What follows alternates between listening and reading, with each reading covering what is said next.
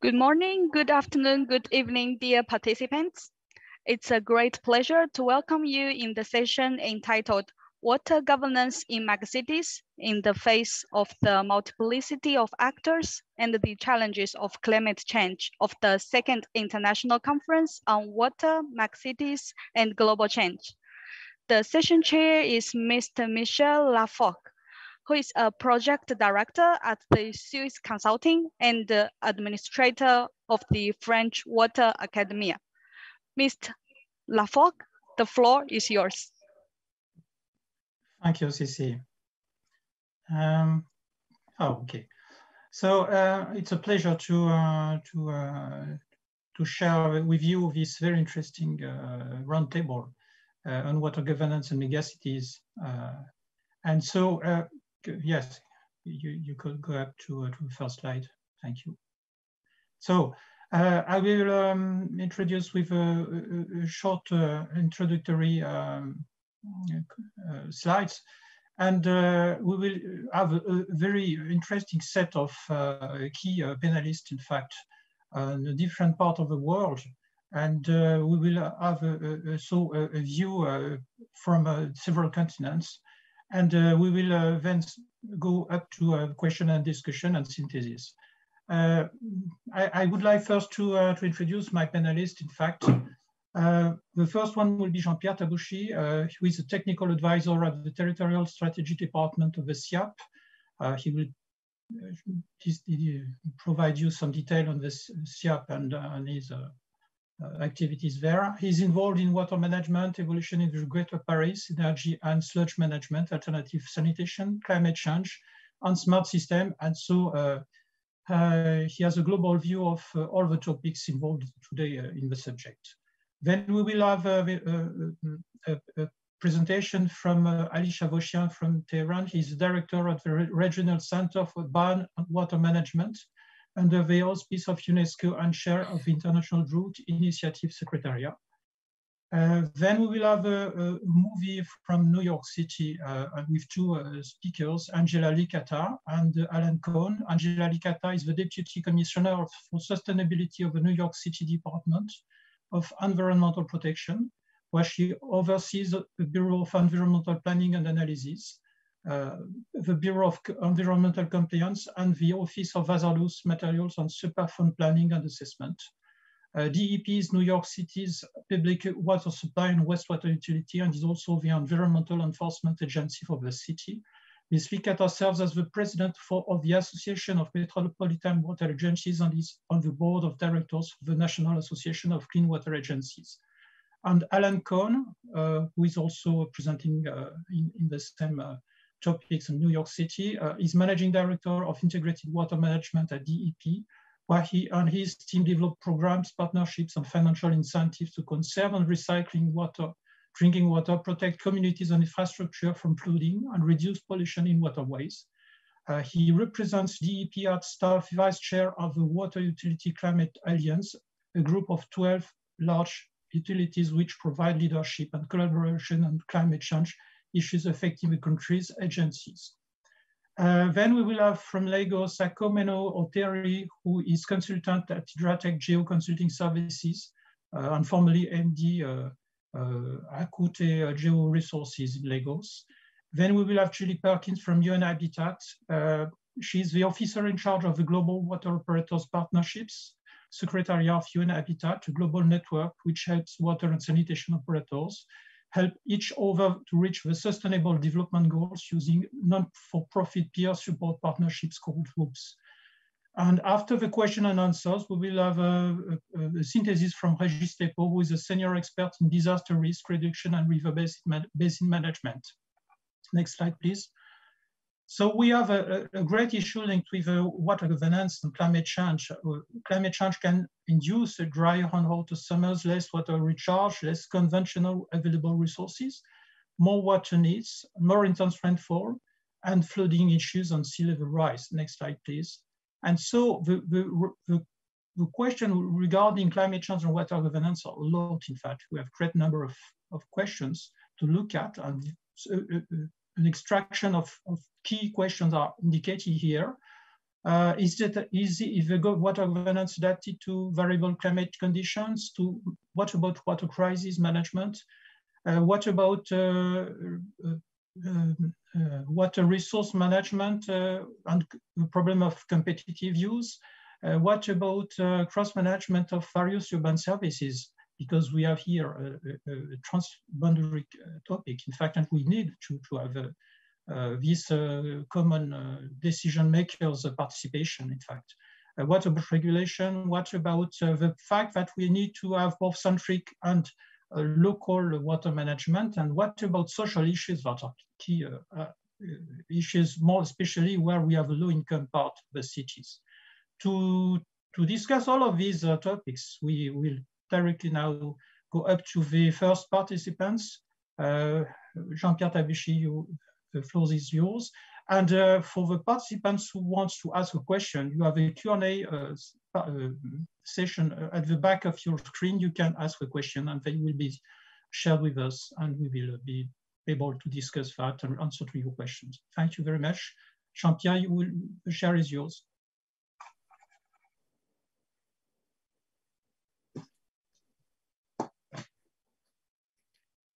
Bonjour. Donc, j'ai l'honneur de... Good morning, everybody. It's a great honor for me to open this session with a first presentation. And first of all, I'd like to thank the UNESCO organizers and the Greater Paris Megacities and ARCEAU for having invited me to talk to you today about what's at stake in water governance and climate change in the Parisian megacity. Next slide, please. This first slide just shows you the Seine Basin, Seine River Basin, which is what we are going to be talking about this morning. There are many studies that are ongoing concerning the Seine and its basin and climate change. The Île-de-France and the Parisian agglomeration has some 12 million inhabitants. And the center of it, you have the Paris megacity. That is the part that is brown on this slide. And the territory where SIAAP works is to be found in blue and covers a large majority of the territory. What is SIAAP? SIAAP is the public service for sanitation of the Paris megacity. It handles 9.2 million inhabitants. There are 6 wastewater treatment plants that are divided up around the city of Paris. They have 1,800 square kilometers collection area, and we are in charge of the final transport of effluent towards treatment plants. I'd like to show you just a series of some of the challenges we have in governance, just so that you get an idea of how complex it is to manage water in the Paris agglomeration. This complexity makes it harder for governance, of course, and this is what we'll be talking about this morning. If we take a look at the sanitation, the sewage collection, you can see that this is a multi-layered organization. On the left-hand side of your screen in blue, you have the collection of wastewater, of sewage. There are 40 structures that are communal structures or intercommunal structures that are in charge of the sewage collection. Once the sewage has been collected, it is transported by 17 intermediary structures who are in charge of transporting all of this wastewater towards the SIAAP plants that are downstream, that is on the green part on the left-hand side of your screen, where the sewage is treated, where the interface between the natural milieu and the megacity of 9 million inhabitants. Another challenge is protection from floods and management. There are 2 main players involved here. The Greater Paris Metropolis, in charge of the Paris region, that deals with management of aquatic zones. And there's another partner that operates more upstream, and that is the public establishment, Seine Grand Lac. They are in charge of the water flow of the Seine in Paris and in anti-flooding measures, flood control. Seine Grand Lac has 4 big storage centers that can store 850 million cubic meters of water. So those are the 2 institutions who are in charge of flood control and protection. If we now take a look at the drinking water supply on the next slide, here too, the collection and distribution of drinking water over the Paris region is done thanks to a large number of players. One other important thing is that there are as many water prices as there are municipalities. So each agency is in charge of the price of water. When you look at this map, you might get the impression that management is extremely scattered, and that is true, which leads us to wonder as to how good governance is and what exactly does governance mean when you're talking about it. Now, in this agglomeration, there are certain challenges. You've got climate change, of course. There have been several research programs that have been carried out. And the following slide, please. Just to show you one of the major challenges today that has been extremely well documented and is very clear for all of those involved concerning climate change. The main impact of climate change is going to be a drop in the flow of the Seine, which is the main river in this catchment basin. You also can see here the variations in flow since the beginning of the century to the end of century, around 1950s, or between 1940 and 1960. That was the greatest drop. We are expecting a drop in the flow levels of the Seine, which is going to make it very difficult to actually conserve some of the natural aquatic areas. We are expecting that there is going to be a drop in river flow between 10 and 40%, which begs the question as to what the capacity in the future will be for us to preserve the Seine and keep it in good condition. What we can also see here is that these changes have truly started to occur since the middle of the century. They are continuing to accentuate, but a lot of these changes we have already seen. Following slide, please. Despite the description, which is somewhat problematic as to how we do our governance of water in the Paris region, we do have 2 key governance tools. We have 2 main tools, as I said. On the one hand, we have for the management of the quality of rivers, we've got the river management plan. This is one which deals with the master plan for water development and management. It's an integrated water resources management plan that is revised every 5 years.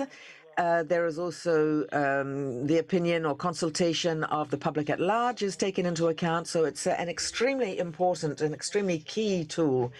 And the management plan that is ongoing at the moment is already factoring in climate change and their challenges. And the next revision that has just been validated will validate further adaptation to climate change.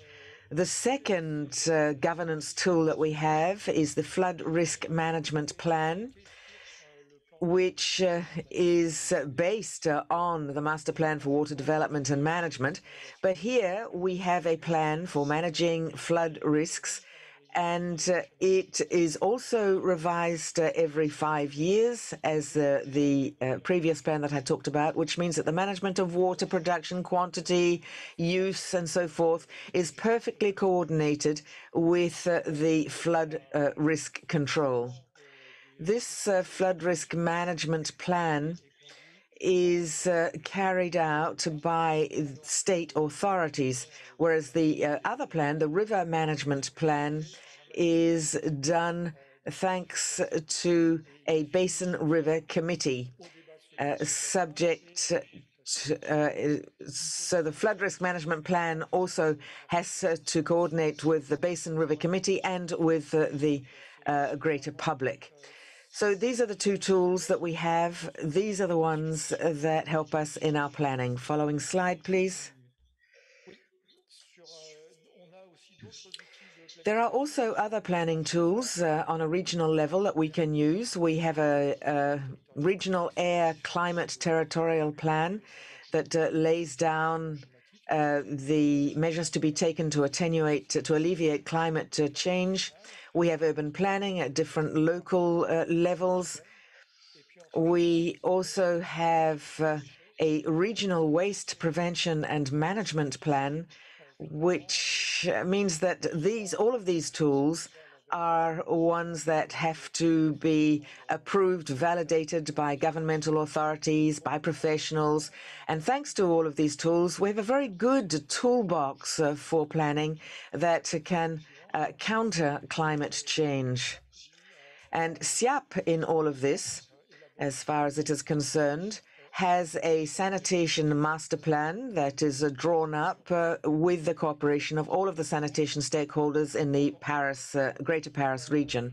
So to conclude, one might wonder whether we actually do have the right tools for governance. Obviously, they are still insufficient, but today, at least, they do allow us to anticipate the consequences of climate change. And despite everything, the public has only limited involvement. That, I believe, is one of the things that we could vastly improve on in the future of governance. We need to involve the public on a greater scale so that we have a better public awareness raising, and so that we also can have a greater awareness amongst those who make decisions in the Paris region. All of that being said, however, the tools that we have today do enable us to manage the consequences of climate change. And I would just conclude by saying that there is still a lot to be done by way of research. And in Paris, we have the ARCEAU Association, which pulls together researchers, operators, and politicians to try to direct all of the research that is done by all of the players involved in water governance. So despite the lack of governance tools, we do have the wherewithals to help Paris to adapt to climate change. Thank you very much. Thank you. We will continue with the next speaker, who is from Tehran. The floor is yours.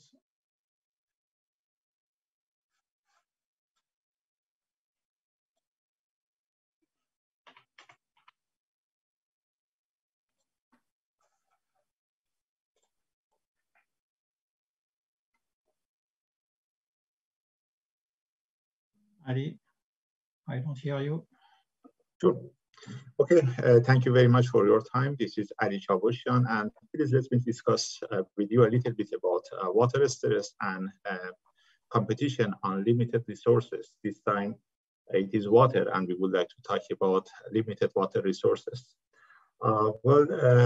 First of all, I would like to introduce the area that I'm working. Could you please go to the next slide? Yeah.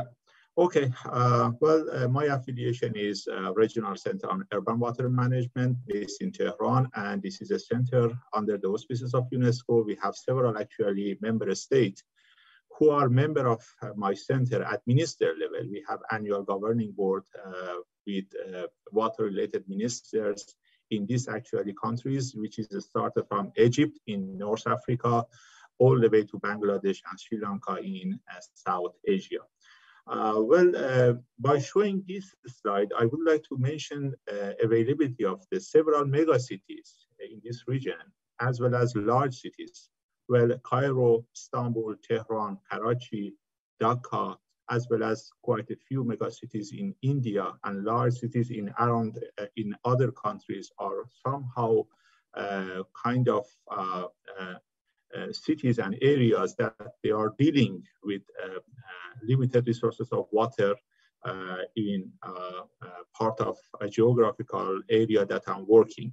If we can go to the next slide, you may better understand. Yeah. Well, in this slide, I try to compare a kind of built-up area, which is a kind of good indicator for urbanization. It is not urbanization, but it could be considered as a kind of good indicator for urbanizations between year 2000 to 2020. If you compare the left figure with the right one, you can see enormous, in fact, increase in built-up area. Well, India is significant, but not only India, we can see this kind of increase in built-up area in other parts of this area as well. If we can go to the next slide, I try to provide you a closer look. For instance, this is Tehran.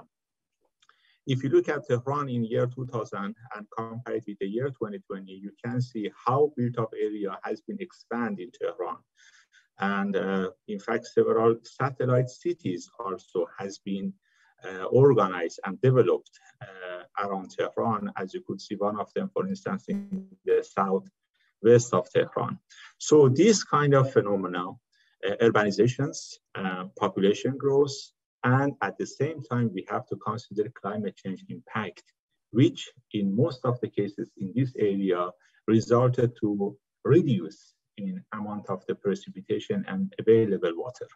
So I would like to discuss the case of Tehran with you in particular and show you what is the governance challenge, especially with respect to limited water resources, and a kind of solution that to some extent we can cope with this challenge. Please go to the next slide. Yeah. Well, let's have a look at Tehran population and climate. As you may know, Tehran is the most populated city in West Asia. The main part of Tehran has a population of a bit over 9 million. And if you consider Greater Tehran, we are speaking of about 50 million people who are living in Tehran in the downhill of Elborz mountain. And the climate of Tehran, of course, like quite a few others, megacities and large cities in this area, is arid and semi-arid area. We have an average annual precipitation in Tehran about 230 millimeters.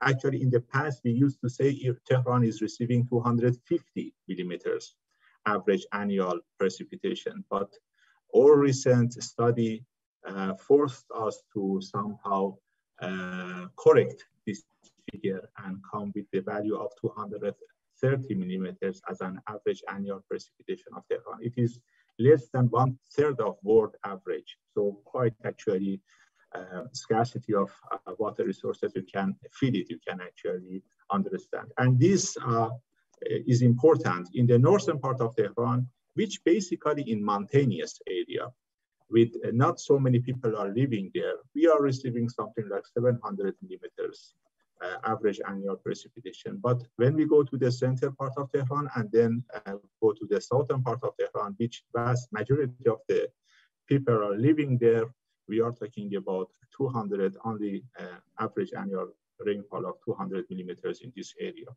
So for the water resources management, especially water supply system in Tehran, we have 5 dams, and these 5 dams can contribute to 50% of the water supply, and the rest of the necessary water is coming from groundwater, which is, as you can guess, under the pressure nowadays, and we are facing groundwater depletion almost in a very severe situation.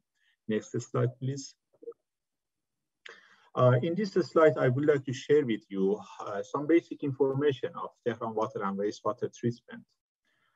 As for drinking water, well, the coverage in Tehran is 100%, and every day we are in charge of providing more than 3,200,000 cubic meters per day.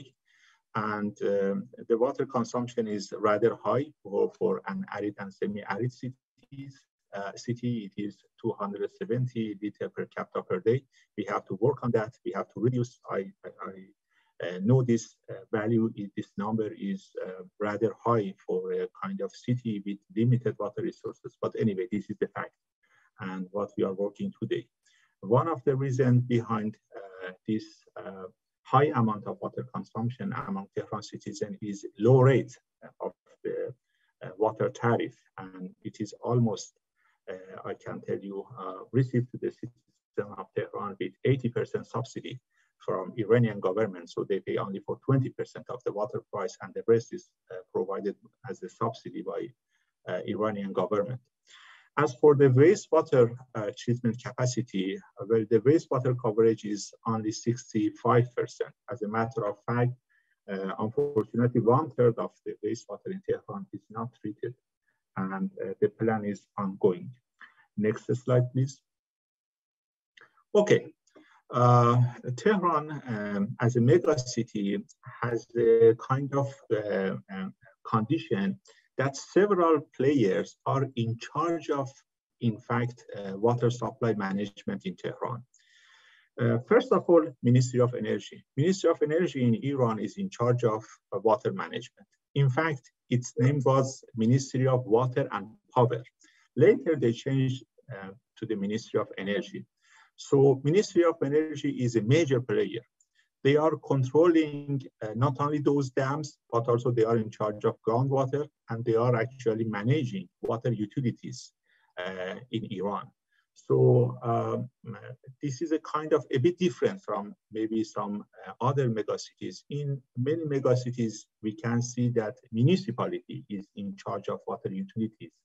But in Tehran and maybe a few other cities, it is a dual management system. Ministry of Energy is providing, and the Ministry of Energy is in charge of water utilities. At the same time, the municipality, the mayor, is in charge of day-to-day management of the city, green space, public areas, and of course, Tehran municipality is kind of another key player. However, they are not in charge. They are not controlling water in Iran according to the law and regulations.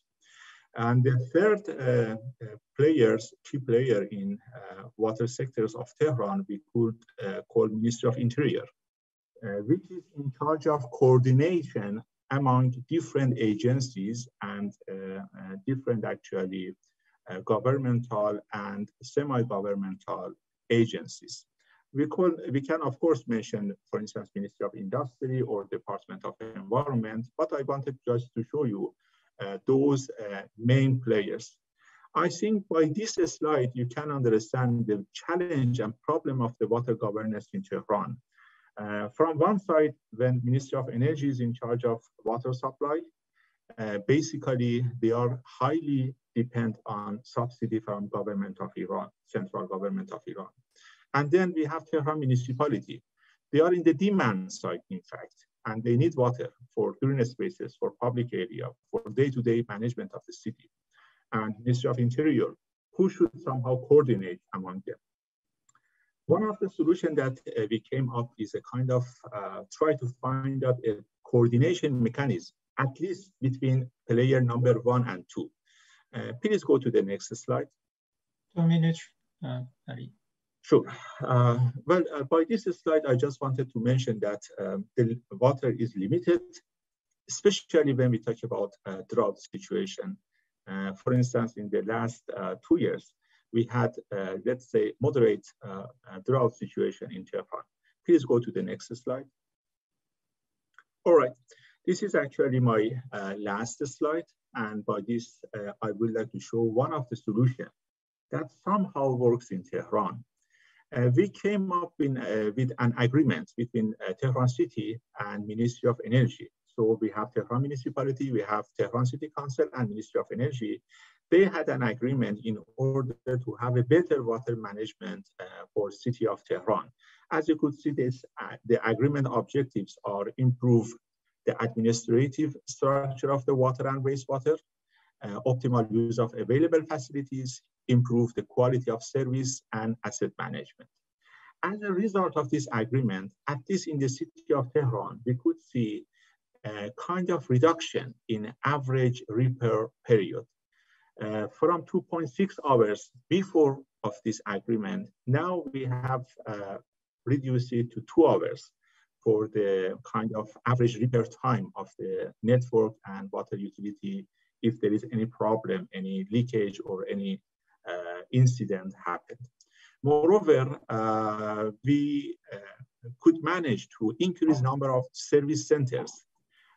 Before this agreement, we had some 430 service centers, but now it's close to more than 1,200 service centers in Tehran. So we are managed to provide a better service to the citizens of Tehran. This is one of the solutions that we came for the governance of the limited water resources in Tehran. However, we believe the core problem, the basic, the fundamental issues is water tariff. And unless we couldn't actually solve the problem of very low water tariff in Tehran, all of these kind of solutions could be kind of like just a painkiller for a few, maybe months, a few years. And later again, we will have a problem even maybe in a bigger and in a greater size. By this, I would like to thank you for your attention. Next slide, please, and appreciate your attention. Thank you. Thank you very much for this interesting presentation, Ali. Now we will have a video from New York City people. If you can start it, thank you very much. Welcome, this is Dylan Marr, the New York City Department of Environmental Protection. We're going to be presenting today on collaboration and managing water resources in both water and stormwater. Today we have Angela Cotta, who is our Deputy Commissioner of Sustainability at DEP. We also have Alan Cohn, who's the manager at DEP. We're going to be presenting on these issues. Angela? Thank you, Dylan. We're going to begin with an overview of the New York City's Department of Environmental Protection, which is one of the largest water delivery and wastewater utilities in the United States. And our annual revenues are approximately $4 billion per year. Water supply is a very large and very vast system. It extends almost 120 miles to the north of the city itself, and it is including 19 reservoirs and 3 controlled lakes. We also have a very large wastewater treatment system of 14 wastewater resource recovery facilities and 96 pumping stations together, which treat 1.3 billion gallons a day of wastewater, and they can treat double that amount when we have rain events, so they can provide primary disinfection during storm events.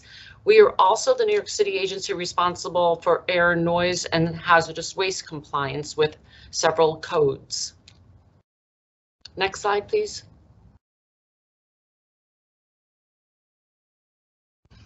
We wanted to focus on the water supply for a moment here, and in particular, we want to focus on 2 of our watersheds known as the Catskill and Delaware watersheds. They are the furthest to the north and to the west, and the 3 reservoirs that are circled in yellow there are the 3 reservoirs that are primarily responsible for providing about half of our drinking water supply on a daily basis, and up to 60% in fact.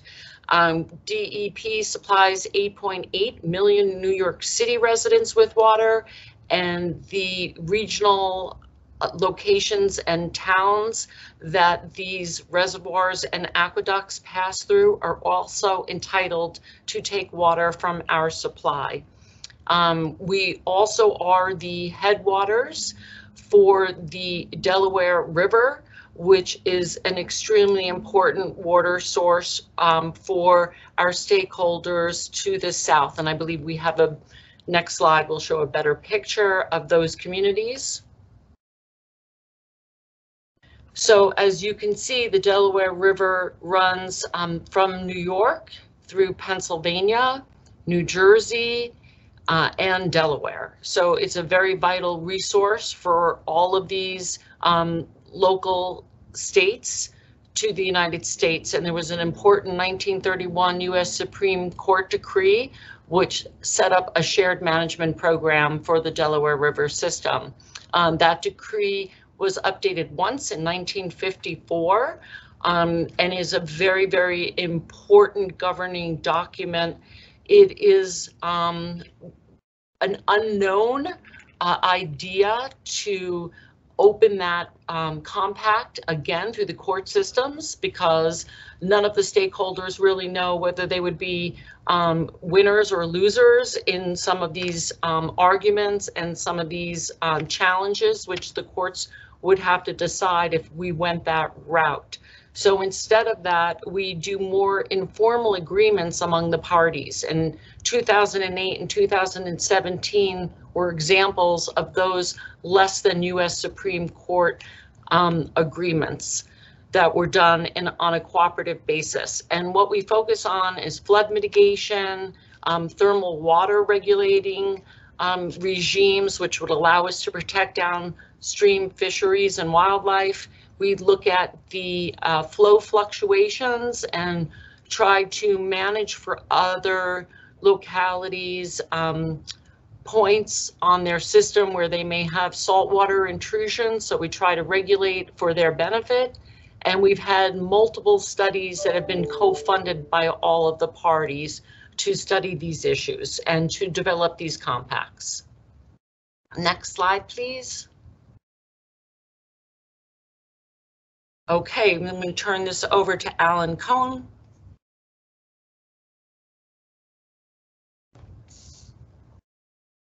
Let me take myself off mute. Thanks, Angela. So I'm going to speak a little bit about the impacts of climate change on our watershed and the actions that DP is taking along with our community partners to make sure that we're predicting the potential impacts, but also implementing programs that optimize our water supply ahead of any of these potential impacts. And amongst the potential impacts of climate change, some of them are not potential impacts, but rather ones that we are already seeing today. So this includes heavy rain, like the events we recently experienced with Tropical Storm Ida. And here, shown here is a picture from 2011 with Tropical Storm Irene, in which heavy rain events subject our mostly unfiltered drinking water supply to a high turbidity, which then has to be treated before it makes its way into our drinking water. However, on the other hand, we also have the potential for impacts from drought. Historically, we've seen droughts. The most severe drought in recent history was in the 1960s, and we know that we can't just prepare for heavy rain events, but we also have to prepare for the opposite of that, which is extreme dry periods. And lastly, and this is not the only complete list of potential priorities, but sea level rise. Although our system isn't affected directly by sea level rise, many of the communities that are receiving our releases into the Delaware River, including Philadelphia and cities in New Jersey, do have the potential for salt water to affect the intakes to their drinking water. So we have to work across municipalities to understand what the impacts are to our collective systems and make sure we are each doing our due diligence. So along those lines, we're working on a program called the Climate Change Integrated Modeling Project, which is taking global circulation models and downscaling the projections for the New York City watershed, looking at what future extreme precipitation events might do. We're also using statistical weather generators to come up with what if scenarios. So what if we have a series of very wet events, one after another, and what are the impacts on our supply as well as downstream communities.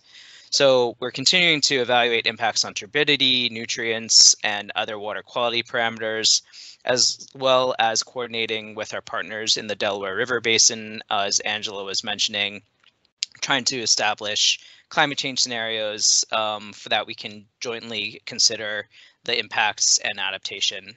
And last but not least, integrating climate change into daily operations.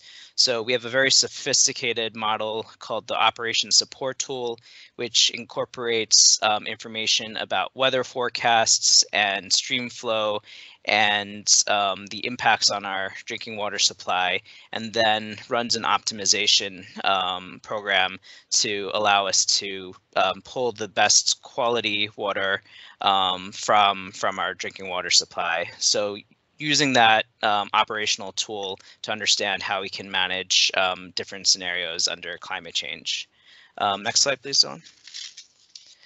So on the optimization side, one of the first things that we can do is make sure that we're using our supply as efficiently as possible, particularly during dry weather, drought events, as well as making sure that we're setting an example with our partners that we are good stewards of our supply. And this is a very good way to show that we are doing just that. We have a record high population of over 8.8 million people just recently in 2020. That coincides with a very low drinking water demand of 979 million gallons per day, which is about 3.7 billion liters per day. So our per capita demand is even better than it has been in the past, including from the 1966 drought that you'll see on the left there. And this is due to a number of factors, regular audits of how well we're using our drinking water, fixture efficiency building standards that mandate efficient fixtures, and automated meter reading in particular has been one of the greatest factors leading to efficiency, in that we have very good tracking of our drinking water demand at the building scale. And we continue to work with city agencies and with our municipal partners, as well as some of our wholesale partners in communities around New York City to make sure we optimize our supply. And on the next slide, you'll see a little bit more about those programs. I won't go into too much detail so that we have time for a discussion here, but we're working with 7 communities that are buying water from New York City, and we're developing water demand management plans to make sure that we can use they can use their supply as efficiently as possible.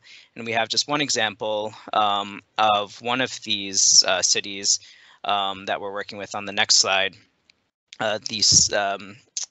Ossining is one of the cities that we're working with, and even ahead of investing heavily in water conservation, just the act of completing a water audit and developing a water demand management plan has resulted in a 5% savings in water in the village of Ossining. That's 20 million liters of water per day that have been saved just from establishing a water audit and a demand management program. Next slide, please, Dylan. So finally, we've talked about our water supply, but we want to shift modes just before we end here to talk about all the impacts that we're seeing from climate change in New York City and the different ways that it can affect us. And we have to prepare for the events that we've seen and some of the events that we haven't yet seen. So these are coastal storms like Superstorm Sandy and Tropical Storm Ida are projected to increase 50% by the end of the century. Sea level rise is expected to increase by up to 76 centimeters by the 2050s. Precipitation, we're expecting a lot more days with rain over 2.5 centimeters by the 2080s. And the number of days above 32 degrees Celsius is expected to triple by the 2050s. Next slide, please, Dylan. And we had, I'll shift now to Angela to talk about how we're addressing some of these more recent events and ones that might affect us in the future. Thanks, Alan. As recently as September 1st of 2021, Hurricane Ida reached New York City with record-breaking rainfall.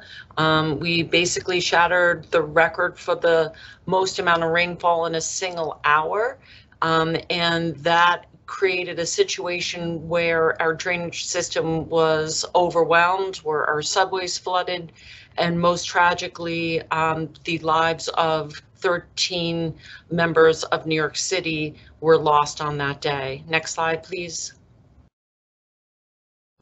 And so the city responded, and we have generated a program that will really look to create increased resiliency within the city in 6 different concrete steps. We want to make sure that we enhance our extreme weather communications so that there would be more advanced and very specific warning. We want storm analysis and data-driven scenarios that we can plan around. We have immediate enhancements to city and household infrastructure investments that will be made. And in particular, we want to make sure our basement apartments and cellars are more safe than they have been in the past. And obviously, this is a problem when we're looking at affordable housing. We want to be able to keep people in their premises and be able to keep these apartments available, but at the same time, they must be safer. And we're looking at long-term infrastructure improvements as well. I want to thanks a lot for Angela and Alan for their very interesting presentation. And the full set of the video will be shared in the UNESCO site. So you will have the capacity also to look at some exchanges that are back at the end of the video that we have no time right now to share with you, but you will be able to look at it. Now we are going forward with Akomeno Oteri, who will speak of Lagos City. Akomeno, the floor is yours.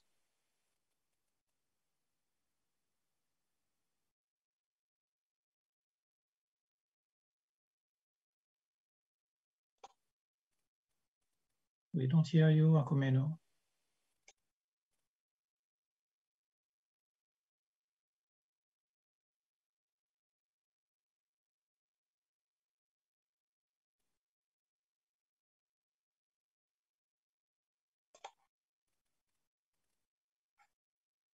Any issue with your sound?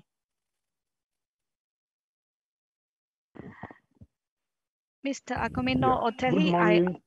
Good morning. Perfect. Can you hear me? Are you hearing me? Yeah, Yes. It's okay. Thank you, Akomeno. You can speak.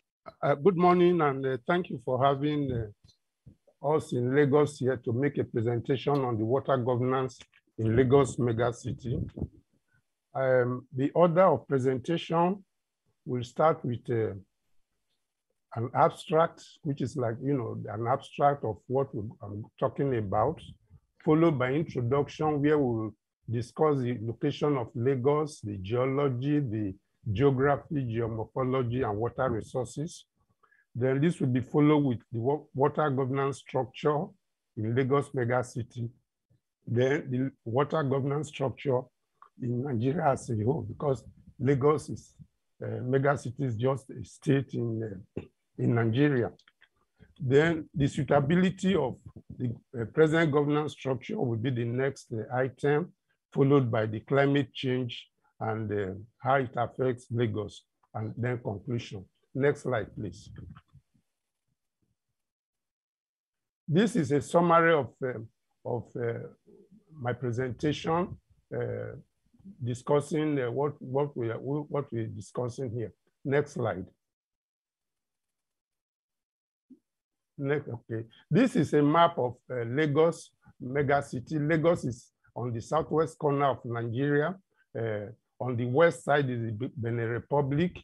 In the north and the east is Ogun State, one of the states. And at the south is the Atlantic Ocean. Actually, there's a 180-kilometer long coastline with the ocean, and this affects Lagos a lot in terms of water resources. Next slide, please.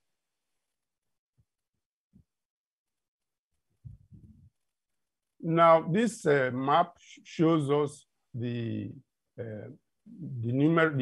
surface water resources of the state. There are many rivers which all flow from the northern part of the country through Ogun State into Lagos Lagoon system, and then eventually into the ocean. And the water bodies and the wetlands constitute over 40% of the land mass. Then aquifers underlie the state, right from the north to the south, and even many of the aquifers underlie the ocean. But we find that from various studies that these aquifers occur from shallow depths to depths as deep as 800 meters below ground level. Saline water intrusion has been detected in both the aquifers as well as the surface water. Next slide, please. Now, this is the governance structure in Lagos megacity.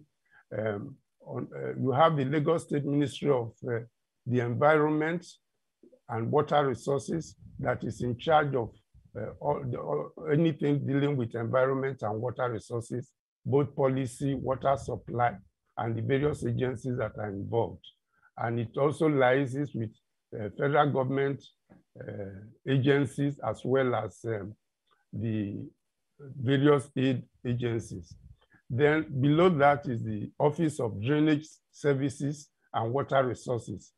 The various agencies, sub-agencies like the Lagos Water Corporation, the Lagos Water Regulatory Commission, and the Lagos Wastewater Management Office all report to the Office of Drainage Services and Water Resources. Then below that, you have the Department of Water Resources, which is responsible for all areas of water resources in the state. Now, in Lagos State, apart from the Ministry of Environment, you have other ministries having one thing or the other to do with water, either supply or even in some cases assessment. These are the Ministry of Energy and Water Resources and Mineral Resources, the Ministry of Agriculture and Cooperatives, the Ministry of Waterfront Infrastructure, and also the Ministry of Local Government. Next slide, please. Now, water governance in Nigeria, Lagos State is just one out of 36 states and the federal capital. In the federal republic, the federal government, through the Federal Ministry of Water Resources and its agencies, as well as other federal ministries, departments, and agencies, which altogether at federal level is about 18, have both regulatory policy and legal formulation and implementation oversight functions on environment and water resources. Right now, there's a pending legislation at the National Water Resources Bill at federal level, which stipulates that the water resources, both surface and ground, which cross from one state to the other, will be under the jurisdiction of the federal government. If this law is passed, then Lagos State and many other states will have no governance oversight of water resources in their states, except supplying water to the end users. Next slide. Now, over the years, there have been various water governance structures in Nigeria. They've been changing, and up till now, like I said, the bill is still in the works to eventually arrive at one. And most workers have found out that the water governance in Nigeria is characterized by weak database, fragmented responsibility, weak institutional framework, uncoordinated development, and lack of basic planning data. Next slide, please. Now, let me speak briefly about the water and sanitation situation in Lagos megacity. Right now, the water supply situation in Lagos megacity is not good at all. the public water supply. Most people depend on their own sources of water, either through shallow boreholes or deep boreholes, both for industries and domestic use. And there is coordinated drilling of boreholes. Unfortunately, we don't know how many boreholes are there. We don't know how much water is being abstracted. And then even in 2015, the public water supply situation was better than what it is as today. So which means we've gone down between 2015 and now, though the government is making efforts to rectify that. Now, the current governance structure in Lagos is not suitable for the mega city, as there is no adherence to the structure in the edict that is presently in operation, as many other ministries and agencies at both federal and state level play in the system without the knowledge of the coordinating ministry. Then there is a sort of lack of autonomy in some of the agencies like the Lagos Water Corporation, and which in around 1993 was almost autonomous and could do a lot of planning and execution of projects, but right now it has to go through the ministry structure. So these are some of the reasons why water supply in Lagos, instead of improving, has been going down. Then there is a place, of course, for federal government ministries and agencies to liaise and work with Lagos megacity. But again, there is still the coordination is not very good. And of course, like I said, the impending water resources bill, which will centralize water governance in a federal state like Nigeria, will not be beneficial to the country, including Lagos megacity. Next slide, please. 2 minutes remaining. Now, climate change and Lagos megacity, Lagos State has been very proactive in climate change. There's been a lot of studies and conferences, and the climate action plan has been updated to 2025 with the help of C40 City Alliance. And the Lagos Water Regulatory Commission has commenced borehole regulation, and if this is carried out, will help in providing data for control both of climate change and also managing the water resources. Then there need to be aggressive additional surface and groundwater treatment plants building by the state government to improve the public water supply. And then coordination with Ogun State and the Osun River Basin so that there will be management at catchment level. Next slide.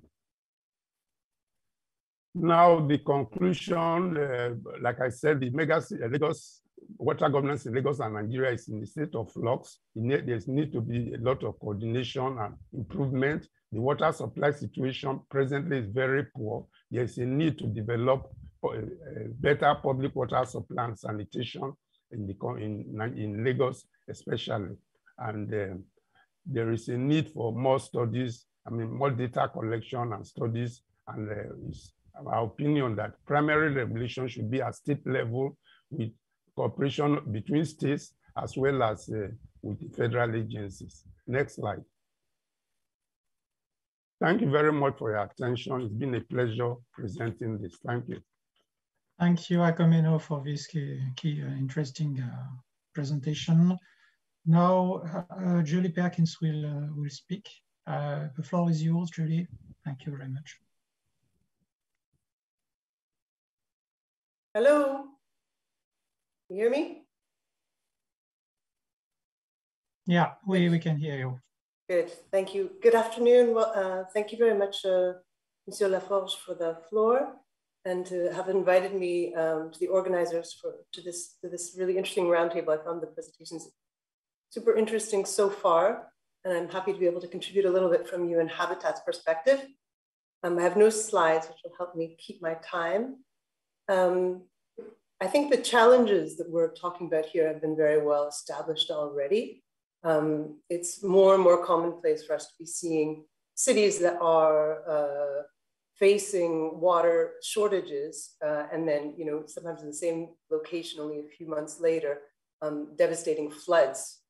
By 2050, about a fifth of urban population will face some combination of flooding or sea level rise or water shortages related to climate change.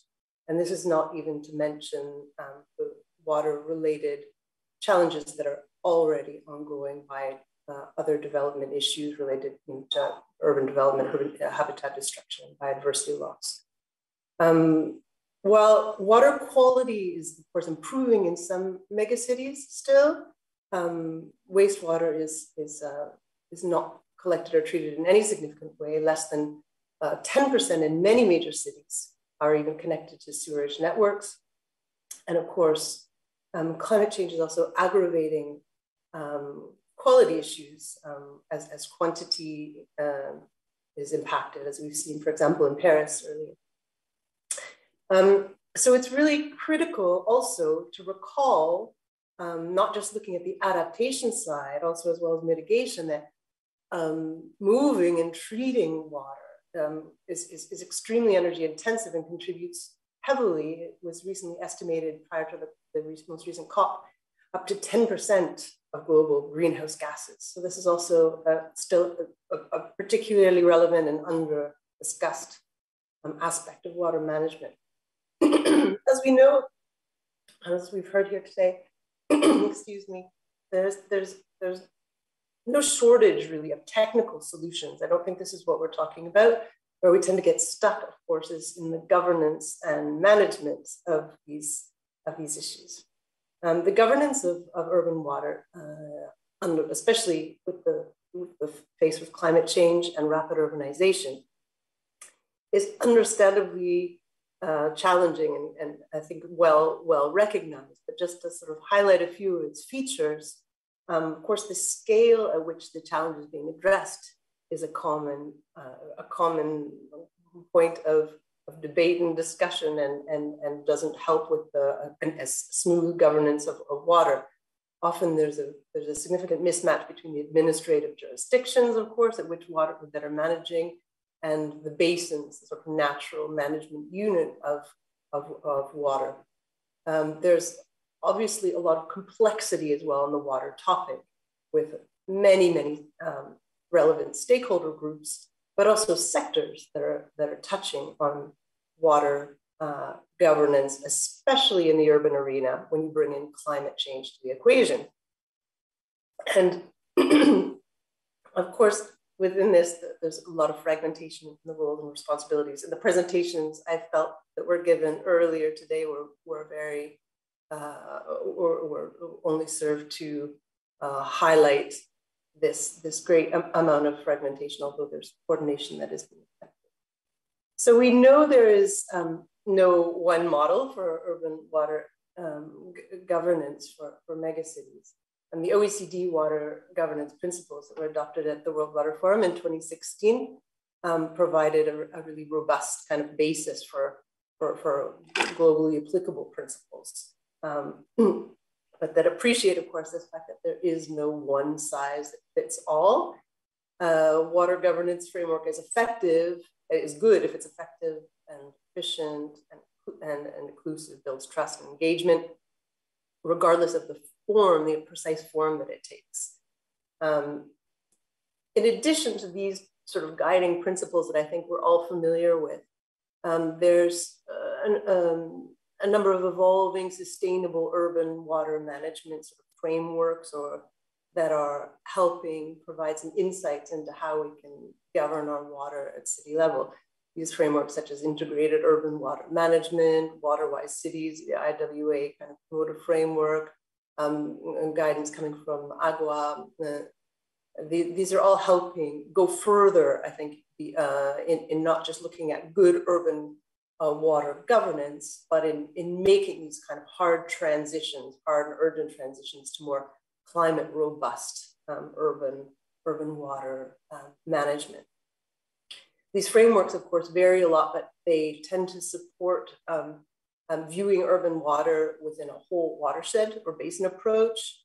They take into account different sources of water, ground, rain, storm, etc., different qualities, and how these can be applied for different uses.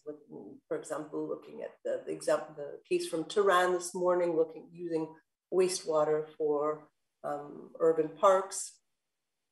And they emphasize greater use of nature-based solutions for protection, conservation, and exploitation of water resources. They focus a lot on regeneration.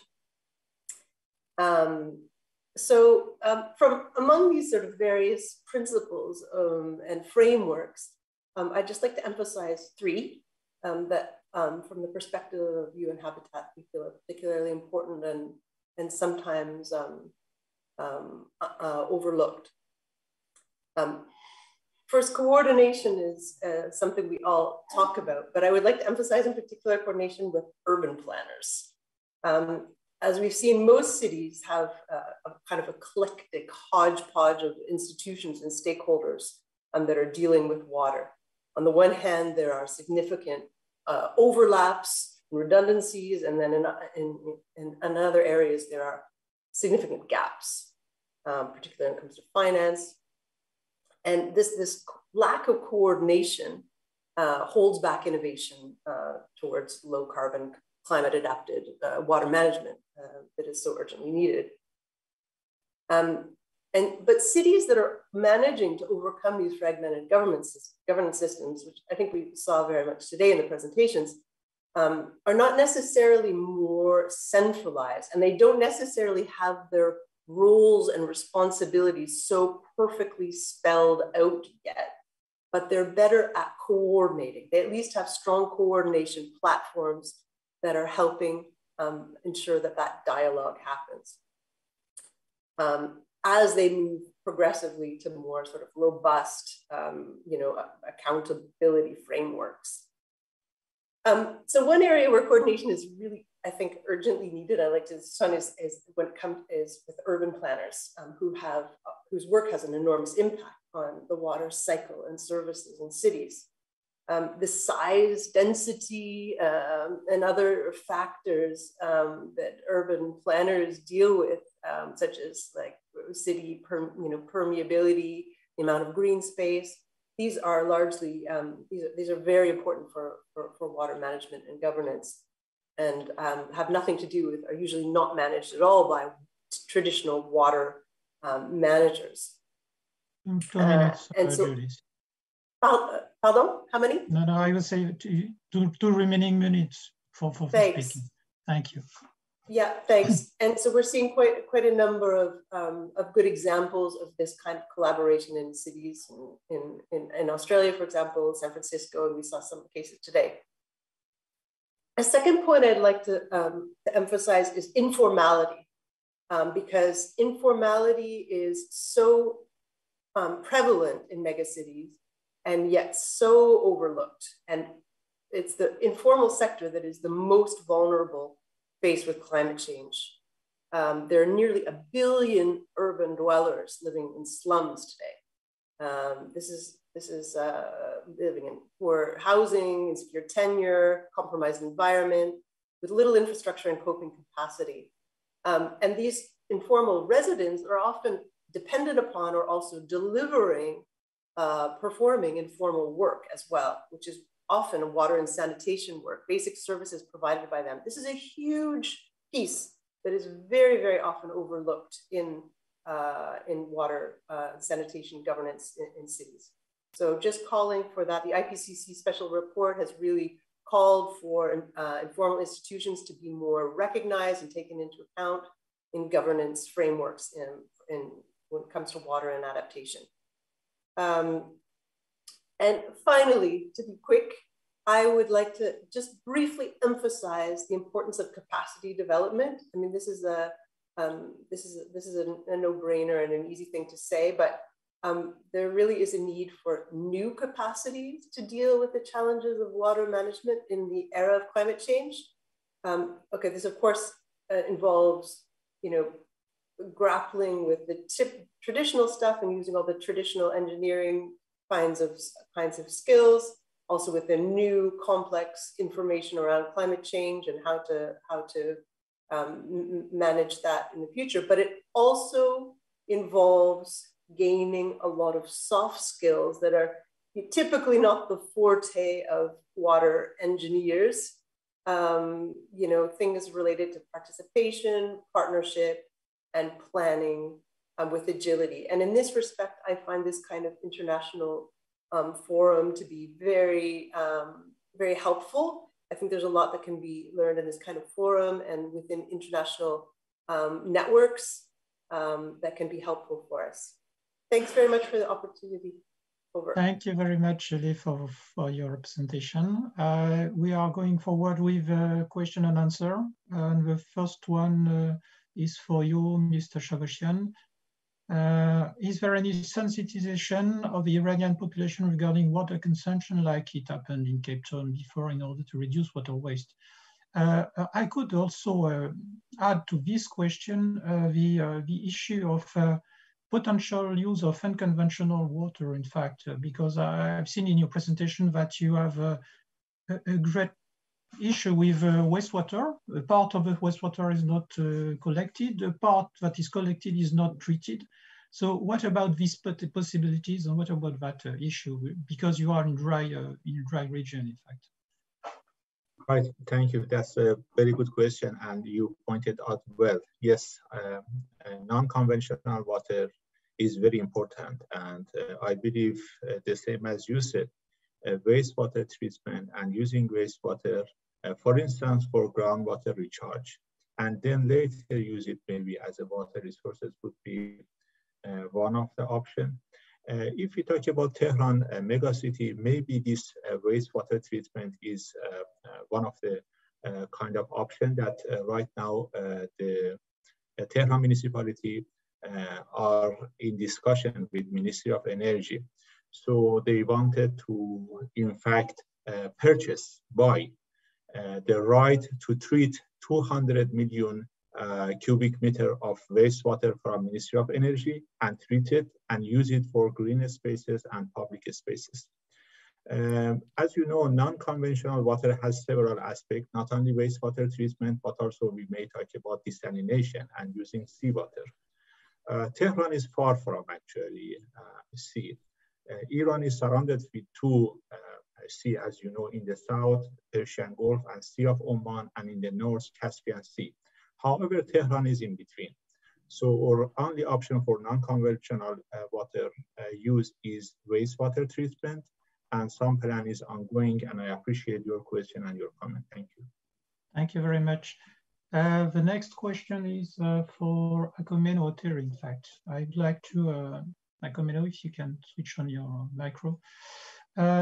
What is the outlook of water governance, development and management in Lagos megacity? And I would like maybe if you can specifically speak of how you can manage informal settlements, because it's a key issue in a lot of countries, in fact. Thank you very much. I didn't get your question very well, please. Oh, you want I repeat it? Yes, please. So what is the outlook of water governance in a Lagos city, in fact? What is the forthcoming development on that? And what about, more especially, the management of informal settlements and the issue linked with the poor people part of the city, in fact? Yeah. Thank you very much for the question. There is the outlook for water development is bright. The state government, which is in charge of the mega city, is carrying out a lot of discussions on how to expand the public water supply quantity-wise in terms of building new treatment plants in surface water in the number of the rivers. We have a lot of water, actually. The problem is treating it and transporting it to the people. So a lot of effort is going into that right now. And I think that very soon there will be a lot of improvement. Now on the low, the settlements, settlements in the urban areas, most of them actually right now depend on pure, sachet water, because the public water supply is poor and reticulation to those areas is not available. But hopefully, if there is an increase in water supply from the public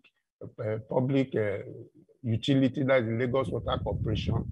These people could be supplied with water from the public means. And like I said, there is a lot of, the state government is doing a lot in terms of climate change and is aware of these environments and the problems that will occur as a result of climate change and the mitigation. But the main challenge we have in Lagos is that though the plans are there, but we don't have the data to really put out and come out with projects that will solve them. So if we can do more of data collection and planning with real data, then there is the will to solve and make sure that these people are brought into the net. Thank you. Thank you very much. We have still some few minutes.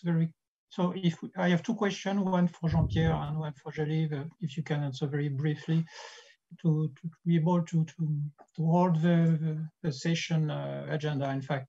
The first will be for Jean-Pierre. In fact, Paris conurbation has a complex set of water governance with various geographic areas. Meanwhile, climate change will oblige to have a more global water management. And Julie spoke about a coordination platform. And do you have in mind this building of such a coordination platform for Paris, or what about that?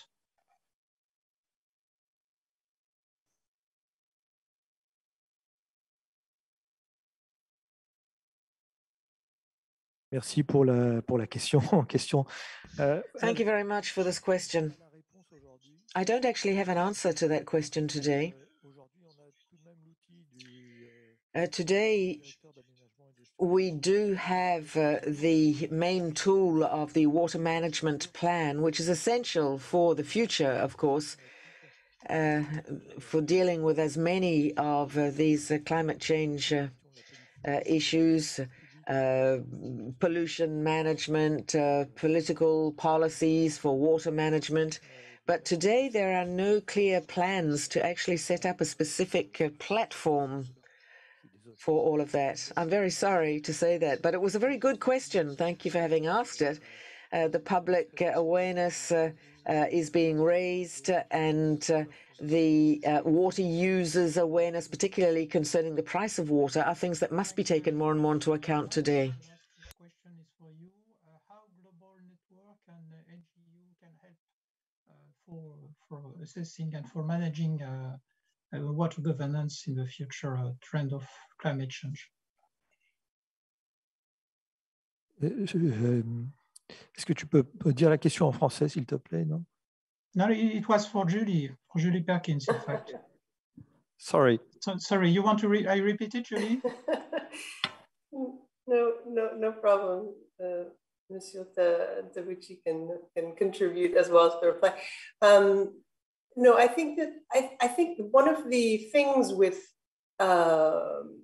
what's happening with climate change and the kind of the intensification of the challenges that we're facing is that there's less time to learn in traditional ways, and so picking up lessons from other cities that are already grappling with these very challenging issues. I mean, recognizing, of course, that no city is exactly the same, and the transfer is always, partial. But there's so much that can be learned and more quickly from the experience of others. So I feel like these networks are extraordinarily important.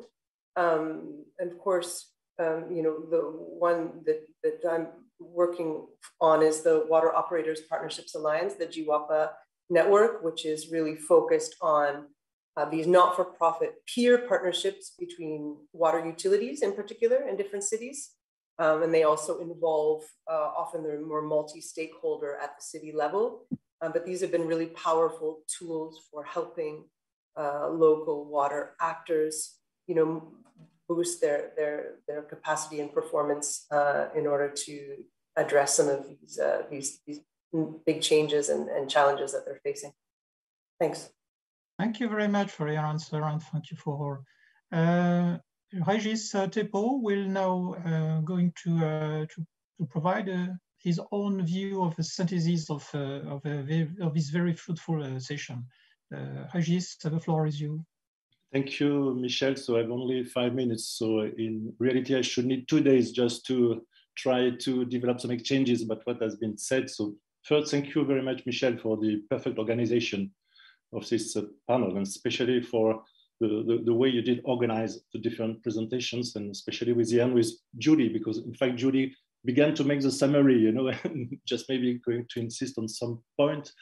In fact, it was perfectly in the title of the conference, because it was about governance, it was about water management, it was also about climate change, and I should say global change, because we have seen, for instance, in the Tehran presentation, that it's not only about climate change, but also the urbanization is a very important issue. You know? I pointed some facts, but I have only four minutes more. I should say we have seen there are different models, and seen from a managerial point of view, I should say that the US system seems quite efficient, because everything is integrated with drinking water, with sewage system, with disaster risk reduction. And we have seen, for instance, in Lagos, it's very different. There is the French example and Paris example, as Jean-Pierre just frankly said. In fact, it's quite operating with many institutions, but fortunately we have planning, because the French are specialists of planning. And so it's not so bad, but it should be, of course, better. And maybe to complete what Jean-Pierre said, because I've been in charge of flood prevention and drought management in the Paris region, it should be absolutely necessary to organize this kind of conference, this platform, as you said, Michel. And we have an example, because at the beginning of the conference, the president of Métropole du Grand Paris said, I'm waiting for some recommendations coming from the conference. And as you know, as you heard maybe, is in charge at the same time of the metropolitan area and of the infrastructure called EPTB Saint Grand Lac, in charge of flood management and drought management. So maybe it should be an idea just to say, just begin to develop this kind of platform. And it's a message for probably all the conurbation, all the mega cities, as Julie said, because the two main issues are probably to discuss the coordination between all the institutions, because we have seen there are different levels, national level, local level, regional level, state or federal state. So it's really complicated. And Julie perfectly said that. It's very complicated with many issues to deal with. And probably the main issue in governance is coordination. And the second one, of course, is in the involvement of the public, involvement of stakeholders. And that's why I said I should appreciate to go on and to discuss these very interesting cases, because we have very few information about the way the population, the inhabitants, are involved in that policies, you know. And it's very important, because the question of Michel was a very good one, you know. Probably in Tehran it's going to be difficult with water scarcity, well, this and this. And so how do you involve the inhabitants in Tehran? How do we involve the inhabitants in New York City about the sea level rising? And in Paris, for instance, nobody knows in Paris that water scarcity and drought in Paris region is probably a very important issue in the 20 or 30 years coming. How do you make that? And it's probably the two main issues to discuss in the future. And the model, the ARCEAU model, as Jean-Pierre said at the beginning, involving politicians, managers, experts, researchers, civil society, is a very, very important model for the future. And as the representative of UNDR said, it's very important to go on discussing with all these mega cities in the world, because a lot is going to be done in the future, and it's such an important issue. So that's all. Thank you. Thank you very much, Régis, for this very specific and key perspectives, in fact. And practically, yeah, the key issues is to share the vision with all of the stakeholders, the scientific people, and the operators, and all of the people involved, and the public people also should be in that, because the question regarding the water consumption, for instance, in Tehran is also, we have also to look at the participation of the public in that. And one of the question referred to Cape Town City, and Cape Town City I presented yesterday, and the crisis they have to suffer, in fact.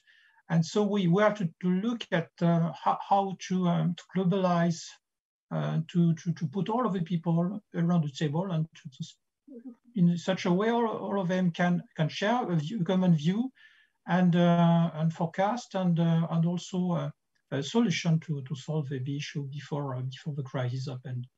I would like to thank everybody, every other panelist.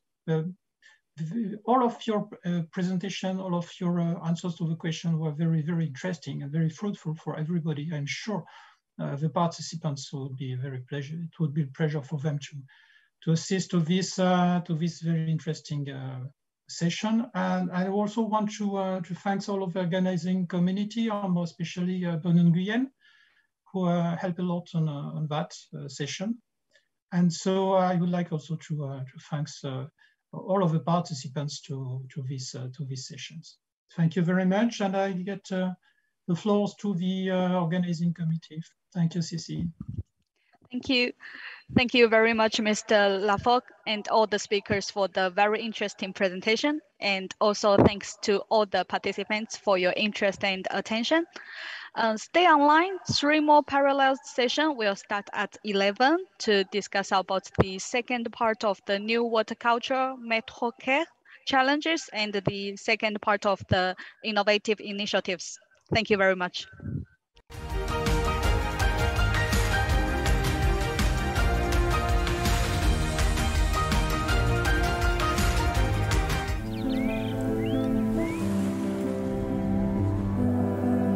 Nous vivons un moment historique.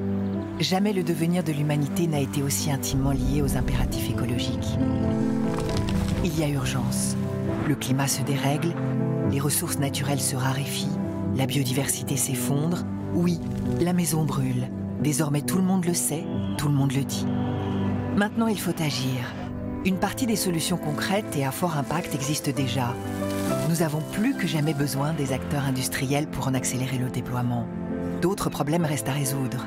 Nous devons mettre tout en œuvre pour inventer les solutions de demain.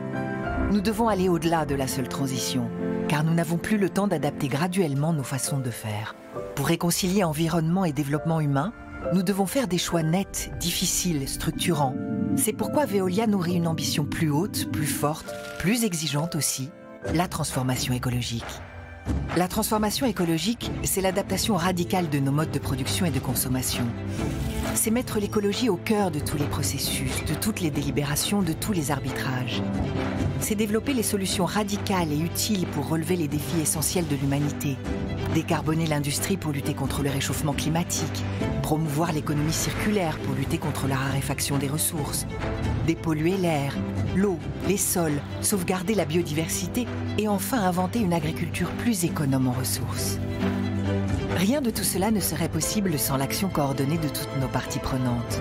Nos 180 000 salariés, bien sûr, mais aussi nos clients, nos actionnaires, nos partenaires et plus largement la société dans son ensemble. Engagés dans une démarche de performance plurielle, nous sommes convaincus que les impératifs économiques, environnementaux, sociaux et sociétaux doivent former un tout indissociable. Dépolluer, assainir, purifier, recycler, valoriser, préserver et faciliter l'accès aux ressources, depuis toujours, Veolia conçoit les solutions capables de construire un avenir meilleur et plus durable pour tous. Aujourd'hui, nous voulons devenir l'entreprise de référence de la transformation écologique. Notre ambition est immense, notre détermination aussi. La transformation écologique, c'est notre raison d'être.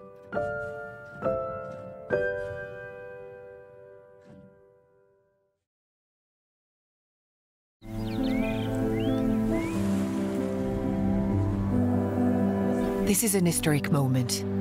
Never has humanity's future been so closely entwined with environmental concerns. This is urgent. Our climate is changing. Natural resources are running out. Biodiversity is collapsing. Our house is on fire. We all know it. Everyone is talking about it. Now we must act. Practical, high-impact solutions already exist.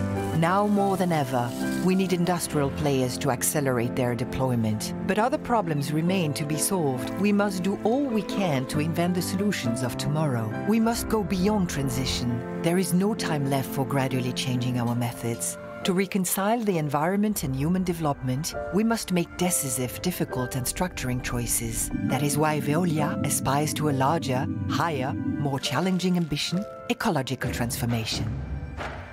Ecological transformation means genuinely adapting our patterns of production and consumption. It means placing ecology at the heart of every process, every assessment, every decision.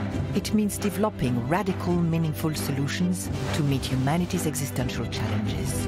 Decarbonizing industry to combat climate warming, promoting the circular economy to combat resource depletion, decontaminating the air, water and soil, protecting biodiversity, and creating a more resource-efficient agriculture.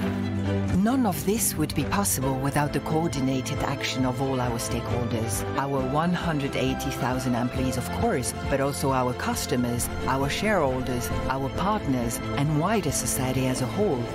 We are committed to delivering a multifaceted performance and convinced that economic, social, and environmental concerns must form an indivisible whole. Decontaminating, sanitizing, purifying, recycling, recovering, conserving, and facilitating access to resources, Veolia has always worked to create solutions capable of building a better, more sustainable future for all. Today, we want to become the benchmark company for ecological transformation. Our ambition is huge, but so is our determination. Ecological transformation, that is our purpose.